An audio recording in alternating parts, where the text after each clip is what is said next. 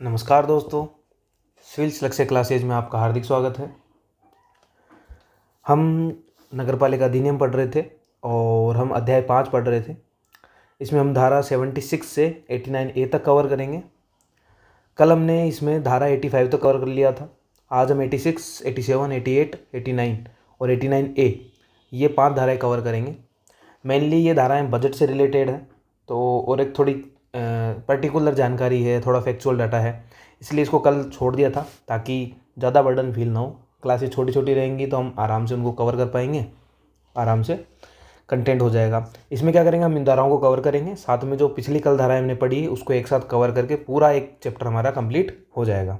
ठीक है, तो हम पढ़ते हैं अब धारा नंबर 86 पे। 86 में मेनली हम अधिशेष धन की बात करेंगे। अधिशेष धन यानी जो पैसा नगरपालिका निधि में जमा किया हमने और उसमें से कुछ पैसा बच गया, मान लो यूज किया, मान लो गवर्नमेंट ने उस फंड किसी पर्टिकुलर काम के लिए 100 करोड़ रुपए दिए, मान लो सीवरेज के लिए 100 करोड़ रुपए दिए मान लो, ठीक है। उस 100 करोड़ में से हमने 80 करोड़ रुपए खर्च कर दिए और 20 करोड़ हमारे शेष बच गए, ठीक है। तो इन 20 करोड़ को किस तरह से यूज किया जा सकता है वो सारी बात इसमें, यानी अधिशेष धन है। ये जो 20 करोड़ हमारे पास वो क्या है, अधिशेष धन है। या तो हम इसे क्या कर सकते हैं, ट्रांसफर, यानी नगरपालिका निधि के लेखाशीर्ष ए से ए का अधिशेष धन नगरपालिका निधि के अधिशेष लेखाशीर्ष बी में ट्रांसफर, यानी जो इसका क्या बोलते हैं अकाउंट हेड है। अभी ये तो सीवरेज वाला है पैसा, अभी सीवरेज वाले को मान लो अपन को सॉलिड वेस्ट मैनेजमेंट है या फिर किसी मनोरंजन के साधनों में चेंज करना है या किसी और हेड में ट्रांसफ़र करना है, तो वो काम किया जा सकता है। यानी एक हेड का ट्रांसफ़र, एक जो मान लो किसी एक काम में आने वाले पैसे को दूसरे काम में लगा देना। मान लो अपने पास हमने कोई चीज़ बेची, हमारे पास कुछ पैसे आए, उस पैसे को उसी चीज़ में लगाना था, लेकिन उसमें नहीं लगाकर हमने क्या किया, उसके बदले कोई दूसरी चीज़ खरीद ली, तो वही चीज़ इसके अंदर है। यानी जो पैसा बच गया उसको कहीं और यूज़ कर लें अपन, वो काम है ये, ठीक है। फिर आते हैं बात नंबर 2 पे। इसमें क्या है, अगर पैसा हम ट्रांसफ़र नहीं कर रहे हैं किसी और अकाउंट में, किसी और जगह पे ट्रांसफ़र नहीं कर रहे हैं, तो हम क्या कर सकते हैं, तो राज्य सरकार के अनुमोदन द्वारा लोक प्रतिभूति, यानी राज्य सरकार फिक्स कर रखी है कि इन जगह पे ये पैसा लगाया जा सकता है। तो ऐसी बहुत सारी क्या होती है, गवर्नमेंट के द्वारा बॉन्ड निकाले जाते हैं, उन बॉन्ड में आप पैसा लगा सकते हैं। या फिर गवर्नमेंट के द्वारा निकाले जाने वाली जो लघु बचत स्कीम्स होती है, जिसमें थोड़े थोड़े पैसे डाले जाते हैं, उनके अंदर आप पैसा लगा सकते हैं। इस तरह से आप इन सारे पैसों को इन्वेस्ट किया जा सकता है और उससे प्रॉफिट प्राप्त किया जा सकता है। वहीं दूसरी ओर आप डायरेक्टली जो अनुसूचित बैंक है उनके अंदर डायरेक्टली जमा करके ब्याज प्राप्त कर सकते हैं। तो ये 3 तरीके हैं जिसके माध्यम से हम हमारा जो एक्स्ट्रा पैसा है उसको वहाँ संभाल के रख सकते हैं। इसके बाद हमने कोई भी जो पैसा लगाया, निवेश किया है, अगर उसमें कोई लाभ होता है या हानि होती है, तो जो हमारा अकाउंट हमने बना रखा है नगरपालिका निधि के लिए, उस अकाउंट में इसे डेबिट या क्रेडिट कर देते हैं। सिंपल बात है, अगर हमको लाभ हुआ है तो उसे क्रेडिट कर देते हैं, और अगर हमें हानि होती है उससे इन्वेस्टमेंट से तो उसे डेबिट कर देंगे खाते से। सिंपल बात। आगे चले, धारा नंबर 87 की बात कर लेते हैं। 87 और 88 में इन दोनों को मिक्स करके यहाँ बताया है, क्योंकि दोनों धाराएं एक ही है लगभग, और एक साथ पढ़ते तो फिर वो गड़बड़ थोड़ा ऊपर नीचे हो जाता। मैंने इनको एक साथ एक पूरी चेन बना के आपको समझाने की कोशिश की। इसमें क्या है, नगरपालिका का बजट प्राक्कलन तैयार करना। तो हम जो बजट बनाते हैं ना, इसमें 3 चीज़ें शामिल करनी होती है। ये तीनों चीज़ें आप एक साथ आप समझ लो। देखो, इसके अंदर एक तो बजट रखा जाता है, वह बजट तो होना ही होना चाहिए। साथ में उसके साथ 71A, हम धारा 71A पढ़ के आ चुके हैं ऑलरेडी। इसके अंदर हम एक तालिका मानचित्र की बात की थी मैंने, कि तालिका और मानचित्र बनाया जाता है नगरपालिका की जो संपत्ति होती है उसका। पढ़ा था कि नगरपालिका संपत्ति का तालिका और मानचित्र बनाते हैं कि कौन कौन सी संपत्ति हमारे पास है, और उसको मैप पे भी ड्रॉ करते हैं कि भाई इस जगह पे वो है। तो ये वाला इसके साथ अटैच करना होता है बजट के साथ। साथ में एक चीज़ और अटैच करनी होती है जो कि धारा 150 के अंदर है। 150 के अंदर नगरपालिका का एक वार्षिक विवरण होता है। जैसे कि ये विवरण तो राजस्थान गवर्नमेंट और स्टेट सेंट्रल गवर्नमेंट है, अगर वो भी अपना बजट पास करती है तो वो उसके साथ एक विवरण पेश करती है, जिसे हम आर्थिक समीक्षा के नाम से जानते हैं ना। हाँ, तो वही आर्थिक समीक्षा है कि नगरपालिका के लिए ही उसका वार्षिक विवरण होता है। तो 3 चीज़ें ऐड करनी होती है। एक तो बजट आप उसके अंदर रखोगे, साथ के साथ आप उसके अंदर एक तालिका या मानचित्र रखोगे, और तीसरी चीज़ उसके अंदर वार्षिक विवरण उसके अंदर शामिल किया जाता है। तो ये तीनों चीज़ें हम बजट बनाते टाइम रेडी करते हैं। फिर इसकी प्रोसेस क्या रहती है वो अच्छे से समझ लेनी है आपको। तो 15 जनवरी से पूर्व तक सीएमओ जो हमारे नगरपालिका अधिकारी होते हैं, उनको, जो मुख्य नगरपालिका अधिकारी है, उनको बजट तैयार करना होता है। ठीक है, कितनी तारीख से पहले, 15 जनवरी से पहले। फिर 31 जनवरी से पूर्व जो अध्यक्ष है उसे नगर पालिका के अंदर पेश करता है। ठीक है, तो 31 जनवरी से पूर्व उसे नगर पालिका के अंदर पेश किया जाता है। और जो ये नगर अध्यक्ष ये जो डेट फिक्स करेगा, भाई 31 जनवरी से पहले तो होना चाहिए, लेकिन वो तारीख कौन सी होगी, ये कौन कैसे डिसाइड होगा, तो अध्यक्ष क्या करता है, वो उसका जो तारीख का डिसीजन है वो कार्यपालक समिति से लेता है। किससे लेता है, कार्यपालक समिति से वो डिसीजन लेता है।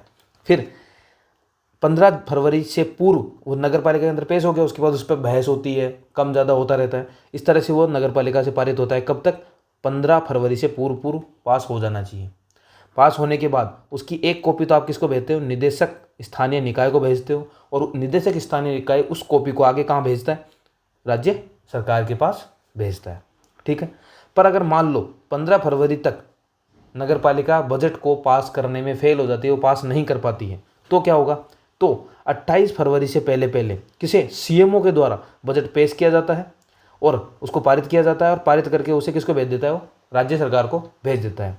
राज्य सरकार उस बजट के अंदर मॉडिफिकेशन कर सकती है, और नगर पालिका के को वो जो बजट लाया गया है उसको पास करना ही पड़ता है, उसको कंपलसरी उसको पारित करना पड़ता है। ठीक है, अब ये जो प्रोसेस है मैं आपको एक खाली पेज पे, ब्लैंक पेज पे और समझा देता हूँ, रुको देखो। ये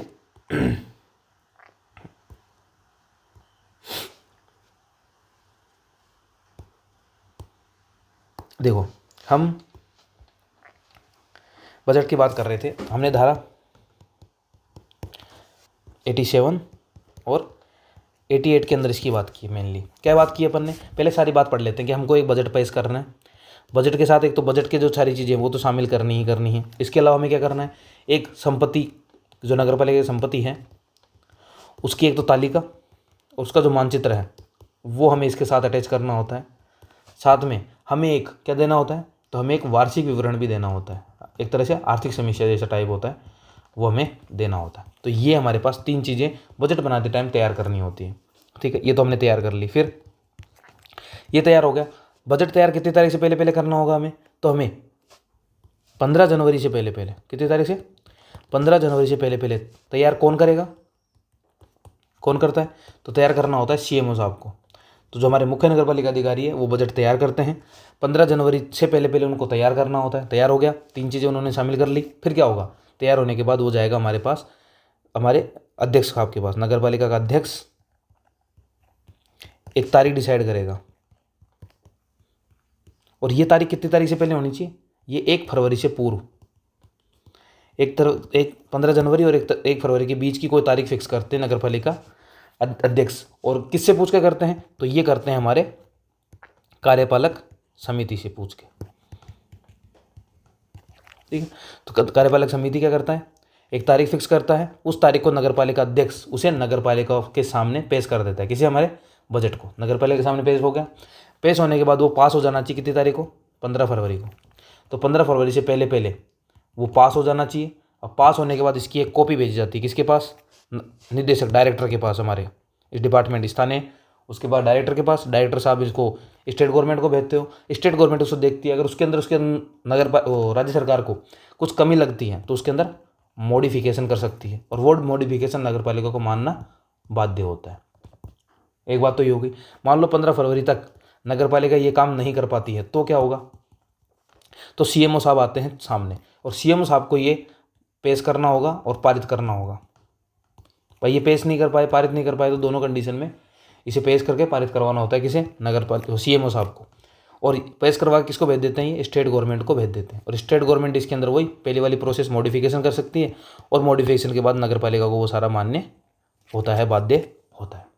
तो ये प्रोसेस है किसकी, हमारे बजट की। अच्छे से समझ लेनी है, इसमें कोई डाउट नहीं होना चाहिए। एक क्वेश्चन पक्का मेरे हिसाब से यहाँ आना बनता है, और आना भी चाहिए, और आता भी है।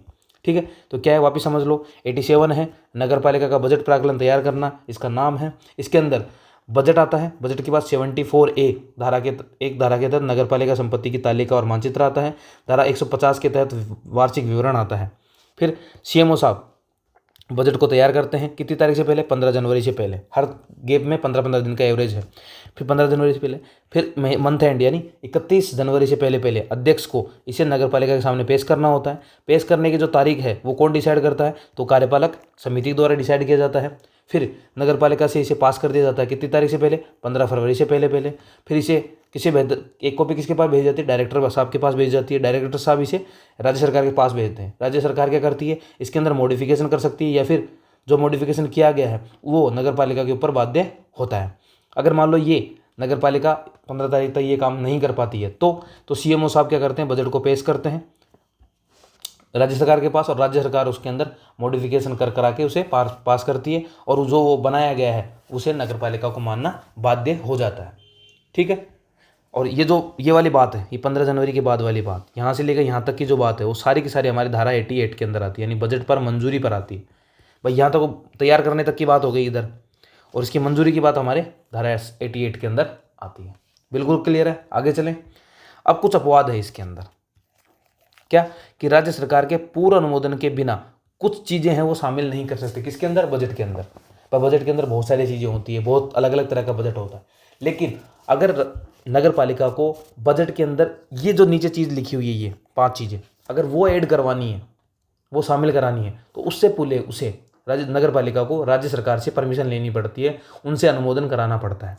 कौन कौन सी चीज़ें हैं, कोई नया पद, न्यू पोस्ट सृजन कर रहे हो, अगर आप कोई नया पद ला रहे हो तो उस पद को लाने से पहले राज्य सरकार की परमिशन लेनी पड़ेगी। वैकेंट पोस्ट भरने के लिए, यानी अगर कोई खाली सीट पड़ी हुई है और उसे भरना है तो उससे पहले भी आपको राज्य सरकार की परमिशन आवश्यक होगी। इसके अलावा कोई नया व्हीकल क्रय करना है, खरीदना है, कोई नया वाहन खरीदना है, किसी काम आ गया, तो ऐसे काम के लिए भी राज्य सरकार की परमिशन आवश्यक होती है। इसके अलावा किसी प्राइवेट यानी निजी व्यक्ति या किसी निजी संस्था को आप अनुदान देना चाहते हैं नगर पालिका, तो ऐसे अनुदान से पूर्व भी राज्य सरकार के पास उन्हें परमिशन लेनी पड़ती है। तो कौन कौन सी चीज़ें हैं, ना तो कोई नया पद सृजित कर सकते हैं, और कोई पद खाली पड़ा है उसे भर नहीं सकते हैं, कोई नया व्हीकल है वो क्रय नहीं कर सकते हैं, कोई भी निजी व्यक्ति या संस्था को अनुदान नहीं दिया जा सकता। ये 4 चीज़ें हैं जो राज्य सरकार की परमिशन के बिना नगर पालिका बजट में शामिल नहीं कर सकती। ठीक है। तो ये हो गई हमारी धारा 87 और 88। फिर आ जाती है धारा नंबर 89। ये क्या है, बजट अनुदान को परिवर्तित करने की शक्ति।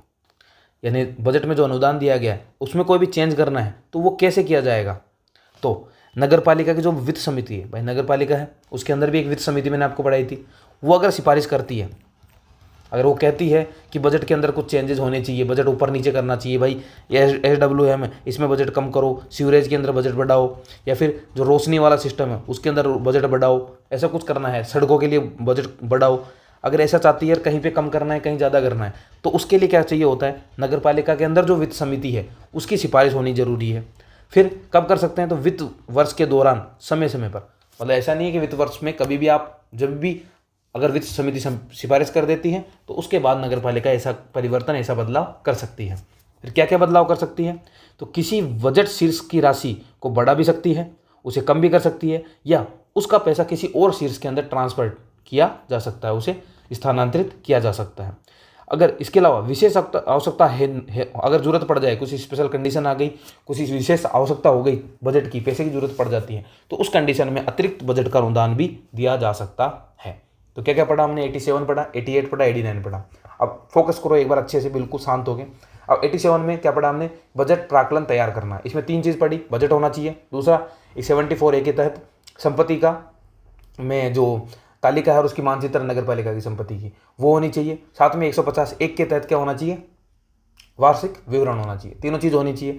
इसके अलावा इसमें कुछ चीज़ें शामिल नहीं कर सकते, किसके बिना, राज्य सरकार की परमिशन के बिना। कौन कौन चीज़ें हैं, नई पोस्ट नहीं ला सकते, कोई वैकेंट पोस्ट है उसको भर नहीं सकते हैं, इसके अलावा किसी निजी व्यक्ति संस्था को अनुदान नहीं दे सकते हैं। साथ ही साथ 4th नंबर पे क्या था एक, कि हम कोई नया व्हीकल क्रय नहीं कर सकते हैं। ठीक है, ये था। इसके अलावा ये था कि 15 जनवरी से पहले पहले सीएमओ साहब को उसे तैयार करना होता है। फिर 15 तारीख और 31 जनवरी से पहले पहले अध्यक्ष साहब उसे नगर पालिका में पेश करते हैं, और किस तारीख को पेश करना उसका डिसीजन कार्यपालक समिति के द्वारा लिया जाता है।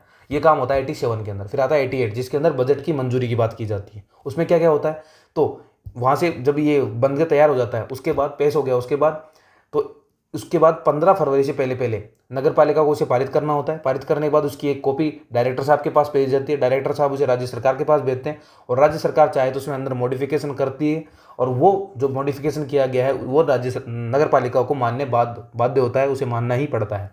फिर यदि 15 फरवरी तक नगर पालिका उसे पारित नहीं कर पाती है तो उस कंडीशन के अंदर क्या जाता है, अगली 28 फरवरी से पहले पहले सीएमओ साहब को उसे बजट को तैयार हुआ करा के उसे राज्य सरकार के सामने पेश करती है और वहाँ से पारित करवाती है। राज्य सरकार उसके अंदर मॉडिफिकेशन कर सकती है और वो नगर पालिका के ऊपर बाध्य होता है। इसके बाद क्या है 89 उसके अंदर क्या है, तो बजट अनुदान के अंदर अगर कोई चेंज करना है तो वो कैसे होगा, तो जो नगर पालिका की वित्त समिति है अगर वो सिफारिश करे तो वित्त वर्ष के अंदर कभी भी किसी भी टाइम भी आप चेंज कर सकते हैं, यानी किसी भी लेखा शीर्ष के अंदर पैसा बढ़ाया जा सकता है, कम किया जा सकता है, या एक लेखा शीर्ष के पैसे को दूसरा लेखा शीर्ष के अंदर डाला जा सकता है। साथ ही साथ स्पेशल पर्पज है, कोई नया काम आ गया है तो उस काम के लिए भी बजट अलग से अतिरिक्त बजट दिया जा सकता है। ये 89 तक हो गया, ठीक है, अच्छे से समझ लो। यहाँ फिर एक नया है 2011 के अंदर शामिल किया गया था 89A, जो हमारी इस अध्याय की अंतिम धारा है। कौन सी? 89A। ये क्या है, तो नगरीय गरीबों को आधारभूत सेवा निधि का गठन करना। तो गरीब जो नगर पालिका के अंदर जो गरीब लोग होते हैं उनके लिए आधारभूत सेवा निधि का गठन किया जाता है। वो कैसे? तो नगर पालिका के गरीबों के लिए कितने पैसे का, तो बजट का मिनिमम 25%, जो भी बजट तैयार करती है नगर पालिका उसका 25% क्या करना होता है, ये आधारभूत सेवा निधि के अंदर डालना होता है। इसका क्या अव्यक्तिगत होता है, यानी ऐसा नहीं कि मान लो इसके अंदर 50 लाख रुपए डाले नगर पालिका ने, ठीक है, इसे समझो। देखें, मान लो कि हमारे पास 10 करोड़ का बजट था नगर पालिका का, ठीक है, इसका 25% कितना हो जाएगा, 10 का 25% 2.5 2.5 करोड़ रुपए किसके अंदर होना चाहिए, यह आधारभूत निधि के अंदर होना चाहिए, ठीक है। और ये पैसा मान लो 2011 का है और 2012 के अंदर इसमें से 1 करोड़ ही खर्च हो पाए तो 1.5 करोड़ बच गए, और अगली बार बजट बना है 20 करोड़ का, यानी इसके अंदर इसके पास कितने आने चाहिए, 5 करोड़ रुपए। लेकिन जो 1.5 करोड़ पिछले वाले वो इसमें ऐड होके आएंगे, यानी 1.6 करोड़ का बजट बनेगा इसका, सॉरी 1.5 करोड़, सॉरी 6.5 करोड़ का बजट बनेगा। थोड़ा दिमाग ढीला चल रहा है तो क्या हुआ, देखो ऐसे समझना है, मतलब अव्यक्तिगत का मतलब समझ लो आप। व्यक्तिगत और अव्यक्तिगत क्या होता है, लैप्स और नॉन लैप्सेबल। अगर आपके पास मान लो मम्मी आपको हर महीने 10 रुपये देती है, ठीक है, सॉरी हर रोज 10 रुपये देती है आपको, भाई आप खर्च कर लो। अगर आप उसमें एक कंडीशन ये हो सकती है कि आपको 10 रुपये दिए, आपको आज मन नहीं है बाहर खाने का और आपने खाए नहीं और 10 रुपये आके मम्मी को लौटाने पड़ते हैं, एक तो ये कंडीशन है। एक ये है कि मम्मी ने 10 रुपये आपको रोज़ देती है, तू खाए तो ठीक, उनको बचाए तो ठीक, कुछ भी कर, ठीक है। दोनों कंडीशन अलग अलग कैसे हैं? पहली कंडीशन में ये क्या है, वो व्यक्तिगत वाली है। पहली कंडीशन क्या है, व्यक्तिगत वाली है। कैसे?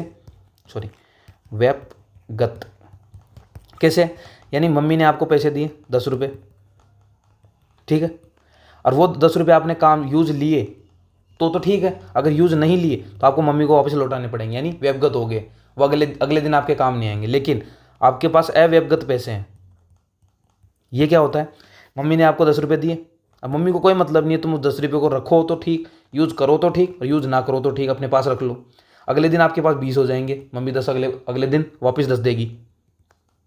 आई समझ में? इसमें तो वापस लौटाना पड़ता है, इसमें लौटाने वाला सीन नहीं है, अव्यक्तिगत है, ख़त्म नहीं होते वो पैसे, ठीक है, अव्यक्तिगत, इसका मतलब ये होता है। फिर जो ये पैसा रखा जाएगा वो कहाँ पे रखा जाएगा, किसी राष्ट्रीयकृत बैंक के अंदर रखा जाता है। निधि का उपयोग का जो ब्यौरा है वो बजट के साथ लगाना कंपलसरी होता है, ये एक चीज़ समझ लो। क्यों? क्योंकि ये पैसा बजट में से ही निकाला जाता है। इसके लिए जब अगला वाला बजट दिया जाता है उससे पहले ये पैसा कहाँ कहाँ यूज़ किया, कैसे कैसे यूज़ किया, उसका ब्यौरा देना पड़ता है बजट के साथ, तो वो देना कंपलसरी होता है। इसके अलावा जो इसका अकाउंट संभाला जाता है वो ये याद रह जाए तो ठीक है, कोई काम का नहीं है। जो प्राथमिक बुक्स होती है ना उसके अंदर इसको मेंटेन किया जाता है, जो प्राइमरी बुक्स होती है, जो इंपॉर्टेंट बुक्स होती है उसके अंदर इसे रखा जाता है, ठीक है। तो ये होता है हमारा 89A, जिसके अंदर आधारभूत वाली बात रखी गई है। किसके लिए रखी गई है? गरीबों के लिए। कितना % है ये याद रखना, बस सबसे इंपॉर्टेंट है कितना, बजट का 25% पैसा इसके अंदर रखा जाता है। अकाउंट है वो राष्ट्रीयकृत बैंक के अंदर खोला जाता है और अव्यक्तिगत प्रकृति का होता है। किस प्रकृति का होता है? अव्यक्तिगत प्रकृति का होता है। ओके, ये हो गया 89A। अब फटाक से हम अपनी धारा 76 इसका रिवीजन स्टार्ट करते हैं और फटाफट से कंप्लीट कर लेते हैं। हमने क्या क्या पढ़ा था? सबसे पहले हमने पढ़ा था 76, जिसके अंदर राज्य वित्त आयोग पढ़ा था हमने कि राज्य वित्त आयोग है वो कुछ सिफारिशें करता है। किसे करता है? राज्यपाल या राज्य सरकार को करता है। जो राज्यपाल है इन सिफारिशों को किसके पास रखता है? तो राज्य विधानमंडल के सामने रखता है। कौन कौन सी सिफारिश होती है? 4 प्रकार की सिफारिश। कौन कौन सी? कि राज्य सरकार और भाई राज्य सरकार जो भी टैक्स वसूलती है उसको नगर पालिका के साथ डिवीजन करना होता है, बंटवारा करना होता है, वो कितना करना है उसकी बात की जाती है। दूसरे कंडीशन, राज्य सरकार नगर पालिका को कितना अनुदान देगी उसकी बात। तीसरा नंबर, राज्य सरकार नगर पालिका कौन कौन से टैक्स उन्हीं को दे देगी कि तुम ही इनको वसूल करना, तुम ही यूज कर लेना। तीसरी बात। फिर चौथी बात, नगर पालिका की कंडीशन को सुधारने के लिए उपाय बता सकती है। फिर 77 के अंदर क्या होता है कि राज्य वित्त आयोग ने जो जो सिफारिशें दी है वो राज्य सरकार उन्हें क्रियान्वित करवाती है। वो मैं आपको समझा चुका था पिछली क्लास में कि भाई जो सिफारिशें देती है उनको इम्प्लीमेंट कर देती है। जैसे कि राज्य सरकार नगर पालिका के अंदर जो बंटवारा किया गया है तो राज्य सरकार वो पैसा नगर पालिका को सौंप देगी।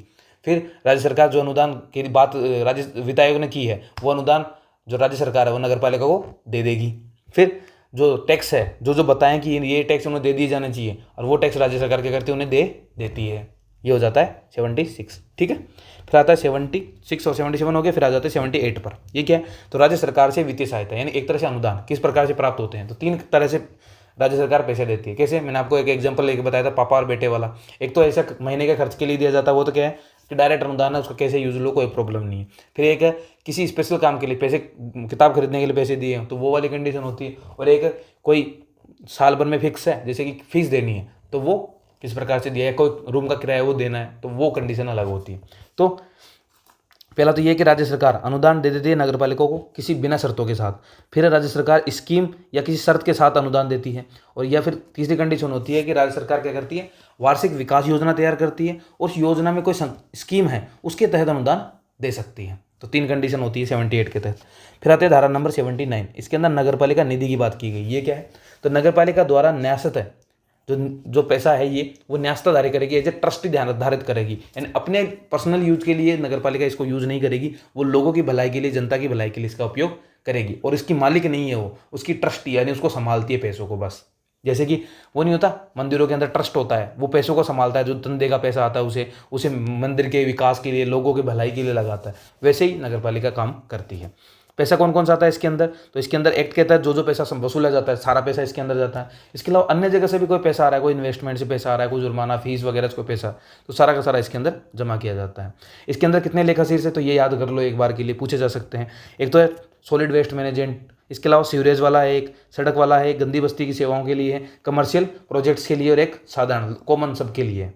ठीक है। प्रत्येक लेखा को राजस्व लेखा और पूंजी लेखा के अंदर विभाजित करना होता है। मतलब कोई पैसा जहाँ जिससे कोई दायित्व कम हो रहा है या फिर कोई संपत्ति सर्जित हो रही है यानी एसेट लाइबिलिटी के अंदर चेंज आ रहा है, अगर इसके अंदर चेंज आ रहा है तो पूंजी खाते के अंदर जाता है, और एसेट लाइबिलिटी के अंदर कोई चेंज नहीं आ रहा है तो उस कंडीशन में राजस्व खाते के अंदर डाला जाता है। फिर आ जाती है धारा नंबर 80 जो कि नगरपालिका निधि के उपयोग यूज के ऊपर डिपेंड करती है।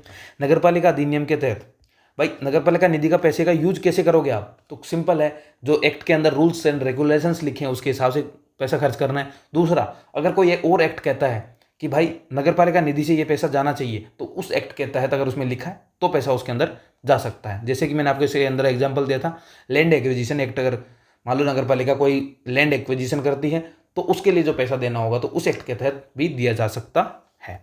80 हो गया। फिर आता है हमारा धारा नंबर 81। ये क्या कहता है? तो नगरपालिका निधि में से तब तक भुगतान नहीं किया जा सकता जब तक कि बजट के अंदर वो लिखा हुआ नहीं है। लेकिन कुछ कंडीशन ऐसी है जब बजट में ना लिखे होने के बावजूद भी वो पैसा खर्च किया जा सकता है। कौन कौन सा? एक तो मैंने बताया था आपको रिफंड का, किसी भी तरह का रिफंड दिया जा सकता है। रीपेमेंट, कोई भी पेमेंट अगर गलती से वसूल कर लिया गया है या संविदा के तहत जो पैसा वसूल किया जाता है उसका रीपेमेंट करना हुआ। इसके अलावा लोकहित में जनता की भलाई के लिए तत्काल कोई जरूरत पड़ गई तो पैसा खर्च करना हुआ। कोई रोग फैल गया उसको रोकने के लिए, कोई आपदा आ गई तो रोकने के लिए तो पैसा खर्च किया जा सकता है। इसके अलावा कोई नगरपालिका के ऊपर कोई मामला चल रहा है, नगरपालिका हार गई और उसे पैसे देने हैं तो दे सकती है। या फिर कोई समझौता हुआ नगरपालिका और व्यक्ति के ऊपर बीच में और उसमें पैसा देना है तो दे सकती है।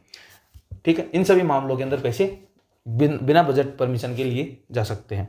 फिर आती है धारा नंबर 82। इसमें क्या है? वही लोकहित में तत्काल अपेक्षित कार्य के लिए नगरपालिका निधि से अस्थायी भुगतान किया जा सकता है। अस्थायी भुगतान पे फोकस करना है। इसमें क्या है भाई? ऐसा है कि राज्य सरकार क्या करती है, एक ऑर्डर निकाली, मतलब कोई इमरजेंसी आ गया अचानक से, भाई ये तो लोकहित में जनता की भलाई में अपेक्षित कार्य तत्काल कोई जरूरत पड़ गई, भाई लंबे टाइम में, तब तो राज्य सरकार खुद ही काम कर लेती, खुद ही कर लेगी। लेकिन नगर पालिका के अंदर कुछ स्पेशल काम है, जनता की भलाई के लिए कुछ स्पेशल काम करना है और तत्काल करना है, तो कैसे होगा?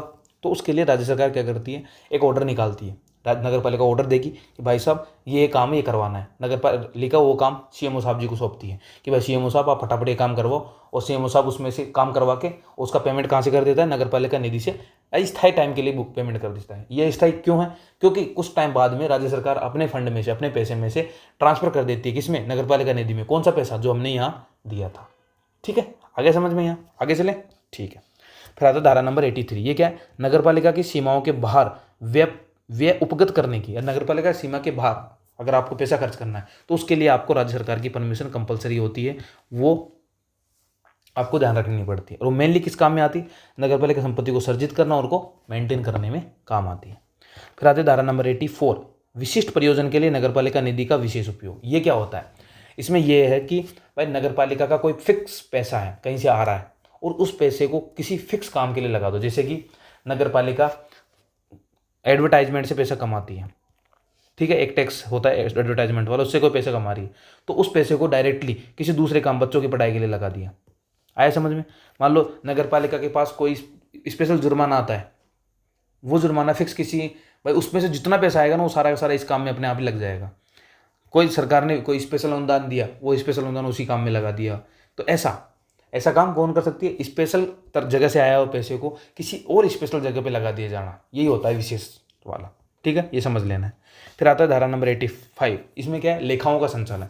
जो भी पैसा देंगे, लेंगे, पेमेंट करेंगे, रीपेमेंट जो भी होगा, वो सारा एक रेगुलेशन, रूल्स के तहत होता है। वो कौन सा रूल है? तो नगर पालिका निधि से भुगतान राज्य सरकार के नियमों के अनुरूप होगा। ऐसा नहीं कि आप कैसे भी पेमेंट कर दिया, नहीं, जो रूल्स है, रेगुलेशन राज्य सरकार ने बनाए हुए हैं, उसी के हिसाब से आप पेमेंट करोगे। ठीक है, 86 में आपको बता चुका हूँ, अधिशेष धन आपका पड़ा हुआ है तो आप 3 जगह से खर्च कर सकते हो, या तो उस पैसे को किसी और लेखा शीर्ष में डाल सकते हो, या फिर राज्य सरकार ने जो बॉन्ड बता रखे हैं या लघु बचत स्कीम वहाँ डाल सकते हो, या फिर अनुसूचित बैंक के अंदर वो पैसा डाल सकते हो। उससे अगर फायदा हो रहा है तो क्रेडिट कर देंगे, अगर उससे नुकसान हो रहा है तो उसे डेबिट कर देंगे।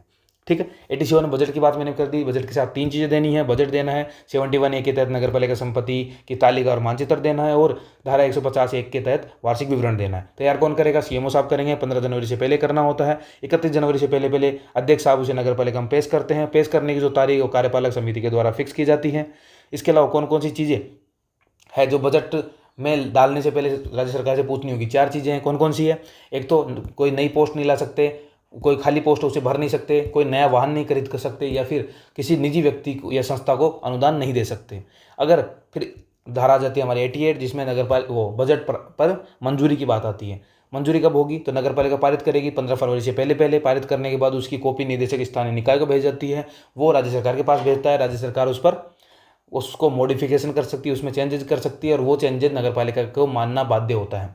अगर नगर पालिका पारित करने में असफल हो जाती है, उस कंडीशन में सीएमओ साहब उसे राज्य सरकार के सामने पेश करते हैं। राज्य सरकार उसे पारित करती है, मॉडिफिकेशन करती है, और वो मॉडिफिकेशन नगर पालिका को बाध्य होता है। ठीक है, ये हो गए हमारे 88। 89 क्या है? तो बजट को चेंज करना है, तो उसके लिए नगर पालिका की जो वित्त समिति है वो सिफारिश कर सकती है, और वित्त पूरे फाइनेंशियल ईयर में कितने बार भी चेंजेस किए जा सकते हैं।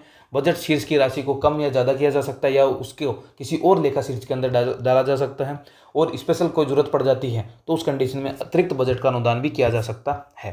फिर 89A आ जाता है, 2011 के अंदर जोड़ा गया था। जो नगर पालिका गरीब हैं उनको बजट का मिनिमम 25% पैसा है वो राज्य सरकार ने फिक्स कर रखा है। 25% वो पैसा अलग रख दिया जाता है, किस नाम से? आधारभूत सेवा निधि के नाम से। कहाँ अकाउंट बनाना होता है? राष्ट्रीयकृत बैंक के अंदर करना होता है। और ये जो पैसा है वो अव्यवगत है, नॉन लैप्सेबल प्रकृति का होता है, और इसका जो भी पैसे का यूज किया जाएगा उसका जो ब्यौरा है वो हर साल आपको बजट के साथ पेश करना होता है। तो ये हमारा पूरा चैप्टर हो जाता है 76 से 89A तक। इसी के साथ हमारा अध्याय 5 पूरी तरह से समाप्त होता है। अगली क्लास में हम, क्योंकि अध्याय 6 हमारे सिलेबस में नहीं है, तो हम डायरेक्ट अध्याय नंबर 7 पे चले जाएंगे और हम धारा 101 से आगे पढ़ेंगे। ठीक है, तो आशा करते हैं आपको क्लास अच्छी लगी होगी। अच्छी लगी है तो अपने दोस्तों के साथ शेयर करें, ज़्यादा से ज़्यादा पढ़ें, मेहनत करें। जितनी मेहनत करेंगे उतना ही फायदेमंद है। एग्ज़ाम सिलेबस हो जाएगा, आपकी एग्ज़ाम तब तक आ भी जाएगी। अभी खाली टाइम है, और जो पढ़ाई खाली टाइम में एक एक नोटिफिकेशन आने से पहले होती है ना, वो नोटिफिकेशन आने के बाद नहीं हो पाती है, क्योंकि हम हड़बड़ाहट में आ जाते हैं, नई चीज़ें पढ़ना बहुत मुश्किल होता है। आपको राजस्थान हिस्ट्री, ज्योग्राफी, पॉलिटी आपने कई बार पढ़ी होगी, लेकिन जो ये एक्ट है वो एक बहुत बड़ा वेटेज रखता है। सबसे दूसरी बात ये है कि ये एक्ट बिल्कुल नया है आपके लिए। पहली बात तो एक्ट जैसी चीज़ें पढ़ना ही बहुत मुश्किल हो जाता है, क्योंकि इसमें बहुत क्लिष्ट लैंग्वेज होती है, बहुत मुश्किल भाषा होती है। मैं आपको बिल्कुल जिस चीज़ को इंग्लिश में पढ़ना होना चाहिए, जो इंग्लिश में ज़्यादा ईजी है, मैं उसे इंग्लिश में बता रहा हूँ। हिंदी में जो ईजी है हिंदी में बता रहा हूँ, उसको अलग शब्दावली के साथ लिंक करके देख रहा हूँ, ताकि आपको जो शब्द है वो इतने क्लिष्ट नहीं, तो आप अगर ओरिजिनल आप एक बार पढ़ लोगे ना, तो आपका जो सर है वो घूमने लग जाएगा, क्योंकि बहुत क्लिष्ट भाषा यूज होती है इसके अंदर। तो बहुत मेहनत आपके लिए की कर रहा हूँ मैं, तो आप भी मेरे लिए थोड़ी सी मेहनत करें। अपना प्यार है वह वो हमें बहुत सारा एक साथ उड़े लें, ताकि हम भी आपके लिए और ज़्यादा मेहनत करें, और ज़्यादा आपके लिए काम कर पाएँ। तो इसी के साथ आज की क्लास को विराम देते हैं। धन्यवाद, शुक्रिया।